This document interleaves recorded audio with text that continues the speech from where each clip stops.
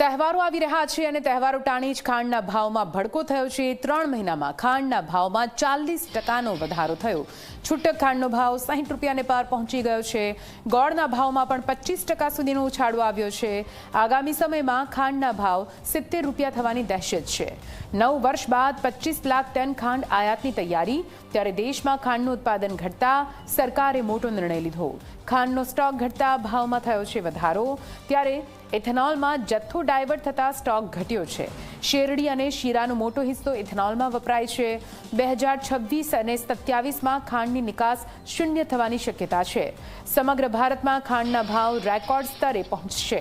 તહેવારોમાં ખાંડ મોંઘી થવાથી સરકારે ખાંડની સંગ્રહખોરી પર પ્રતિબંધ મૂક્યો છે। સરકારના નવા નિયમનો અમલ 1 સપ્ટેમ્બરથી થશે અને 30 નવેમ્બર સુધી રહેશે। સરકારે ખાંડના જથ્થાબંધ વેપારીઓ અને ઉદ્યોગો માટે 15 દિવસની સ્ટોક મર્યાદા લાદવી પડી છે। આ નિયમ મુજબ માસિક 10 મેટ્રિક ટનથી વધુ વપરાશ ધરાવતા વેપારીઓ અને ઉદ્યોગો મહત્તમ 15 દિવસનો સ્ટોક રાખી શકશે। દેશમાં ક્રૂડ ઓઇલનું બિલ ઘટાડવા માટે કેન્દ્ર સરકાર પૂરજોરથી ઇથેનોલનો કાર્યક્રમ ચલાવી રહી છે। જો કે આ કાર્યક્રમમાં કોઈ અવરોધ ઊભો ન થાય તે માટે સરકારે ખાંડની નિકાસ પર પ્રતિબંધ મૂકેલો છે।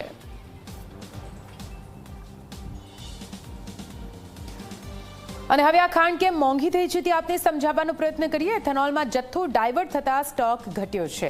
ઇથેનોલમાં જ્યાં શેરડીનો ઉપયોગ થાય છે, શેરડીનો રસ અને બી હેવી મોલાસીસ ઇથેનોલમાં વપરાતું હોય છે અને તેના કારણે જ મિલોમાં ખાંડનો સ્ટોક ઘટ્યો છે, કેમ કે શેરડીનો રસ ડાયવર્ટ થઈ ગયો છે ઇથેનોલ બનાવવા માટે અને તેના કારણે સપ્ટેમ્બર સુધી સ્ટોક 30 થી 33 લાખ ટન રહેવાની શક્યતા વ્યક્ત કરવામાં આવી છે।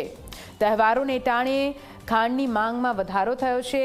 ખાંડની માંગમાં વધારો થતાં કઈ રીતે રક્ષાબંધનથી દિવાળી સુધી માંગ વધવાની શક્યતા વ્યક્ત કરવામાં આવી રહી છે અને તેના કારણે 3 મહિના માટે હાલ તો સરકારે નિર્ણય લીધો છે। મીઠાઈ અને ફૂડ કંપનીઓએ ખાંડનો સ્ટોક વધાર્યો છે।